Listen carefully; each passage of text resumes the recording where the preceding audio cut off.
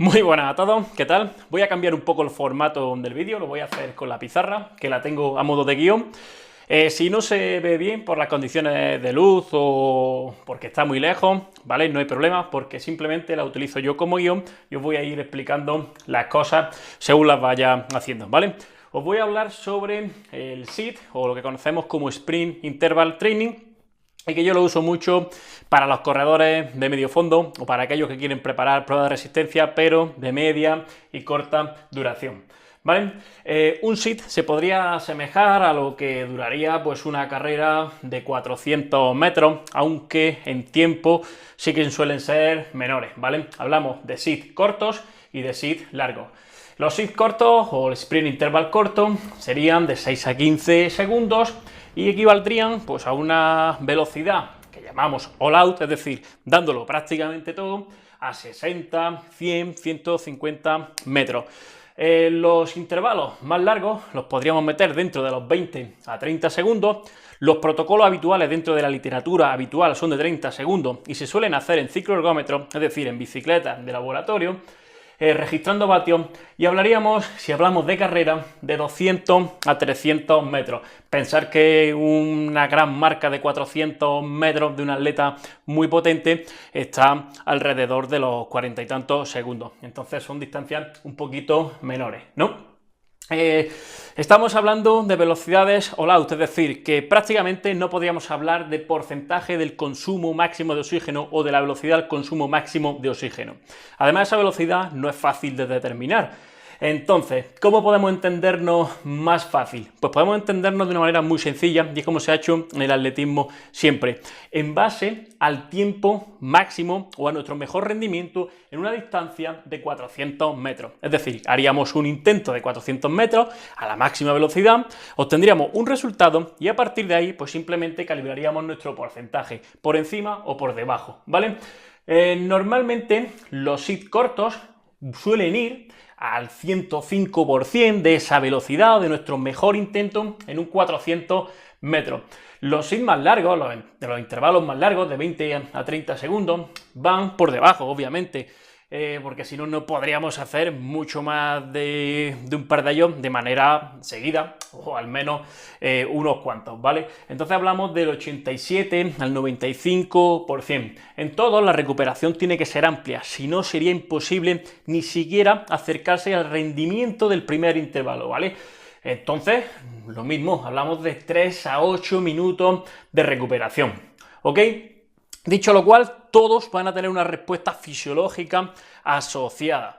Esa respuesta fisiológica se va a reflejar en marcadores de lactato, en marcadores de amonio y algo muy sencillito, que para todos es muy fácil de interpretar, que no nos mete en esta fisiología más compleja y que no necesitamos aparatos muy complejos para medir, que sería el salto vertical. Es decir, el propio salto vertical nos va a indicar cuánto rendimiento estamos perdiendo o cómo de exigente a nivel neuromuscular ha sido un sprint. Entonces, si cuantificamos la pérdida de salto después de una carrera, estamos obteniendo un indicador de fatiga. Si hay más pérdida de salto, más fatiga. Si hay menos pérdida, menos fatiga.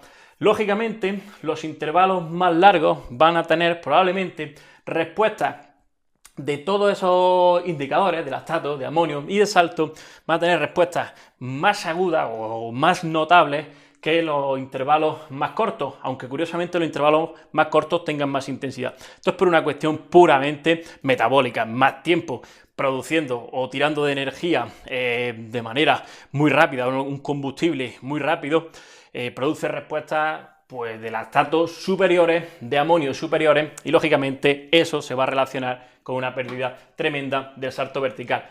¿Dónde estaría ese punto de corte común para esa respuesta de lactato y de amonio? Pues normalmente en 8 a 12 milimoles, ¿vale?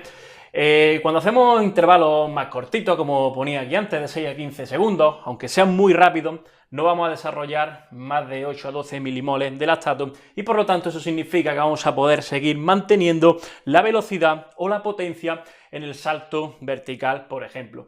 Bueno, ¿y a dónde quiero ir con todo esto? Pues al primer punto, que es bastante claro. Cuanto mayor es el nivel del deportista, cuanto mayor rendimiento anaeróbico tiene, o cuanto más rápido es y mejor corre, es muy probable que la afectación de la fatiga para él sea mucho mayor. Es decir, va a generar más lactato, va a generar obviamente más cantidad de amonio y lógicamente sus valores de potencia se van a ver disminuidos y como consecuencia su salto vertical.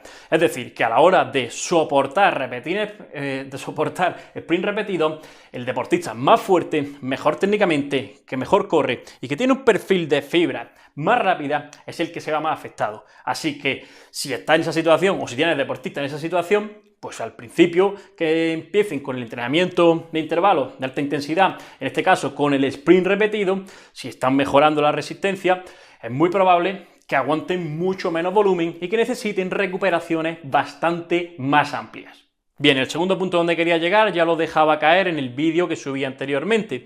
El sprint interval training y en general los métodos de alta intensidad, pero si recurren al sprint mejor, son una muy buena forma de reclutar fibras de contracción rápida y de estimular por otras vías que al final van a mejorar la fuerza de aquellos deportistas que vienen entrenando siempre igual, normalmente con entrenamiento de baja intensidad y larga duración. Todos aquellos fonderos que ruedan y ruedan y ruedan siempre pueden recurrir al entrenamiento de intervalo de alta intensidad para mejorar más, pero especialmente el sprint de manera repetida es una forma de hacer, por así decirlo, para que me entendáis, muy a grosso modo, un entrenamiento de fuerza en la pista, porque vamos a reclutar, como decía, ese perfil de fibras que no tocamos tan habitualmente, vamos a cambiar el patrón de contracción y encima vamos a generar adaptaciones mitocondriales y a nivel de sustratos energéticos en fibras que no solemos tocar habitualmente. Ya lo decía en el vídeo anterior, vamos a activar botones distintos, pero para accionar la misma tecla clave, que al final lo único que nos hace es más resistente. ¿Significa esto que es la panacea? No, significa que hay que mezclarlo a ser posible con el entrenamiento tradicional. Pero como ya os dije anteriormente, si has explotado mucho el entrenamiento tradicional, empieza a recurrir a los métodos de alta intensidad. Alta intensidad reflejada también en los sprints como tal. Bueno, y otra última recomendación antes de que se me olvide.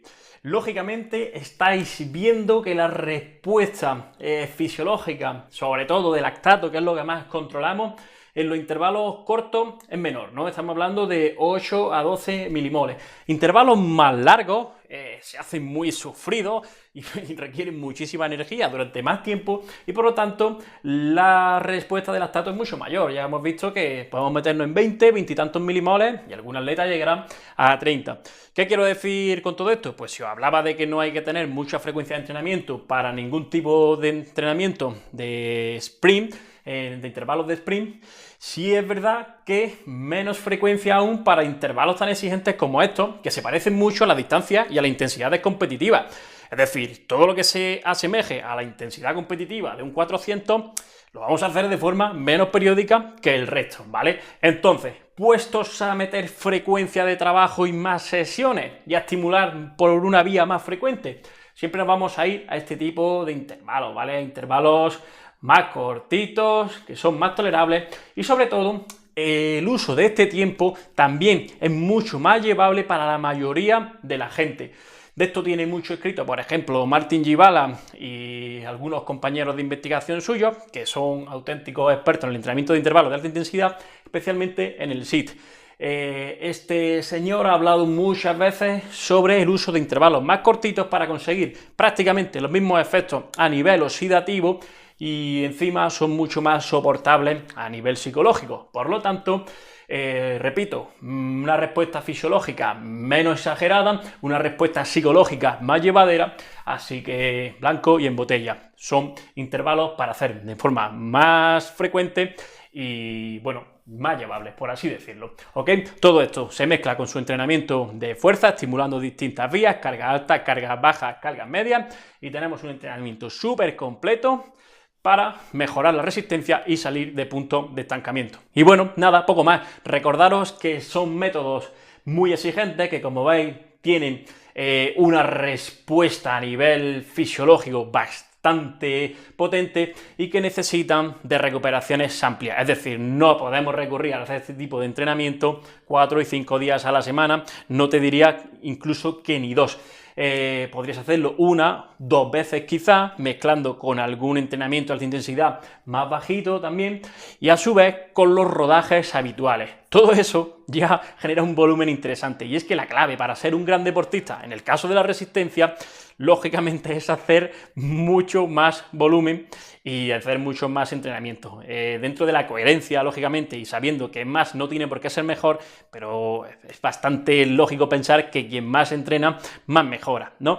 Entonces, entendiendo que no somos atletas de élite, que no somos fonderos como tal, que no vamos a estar continuamente corriendo a lo largo de la semana, pues cuando estés muy estancado, empieza a recurrir a esto. En el caso del velocista como tal, estos son las series habituales que suele desarrollar el corredor de 400.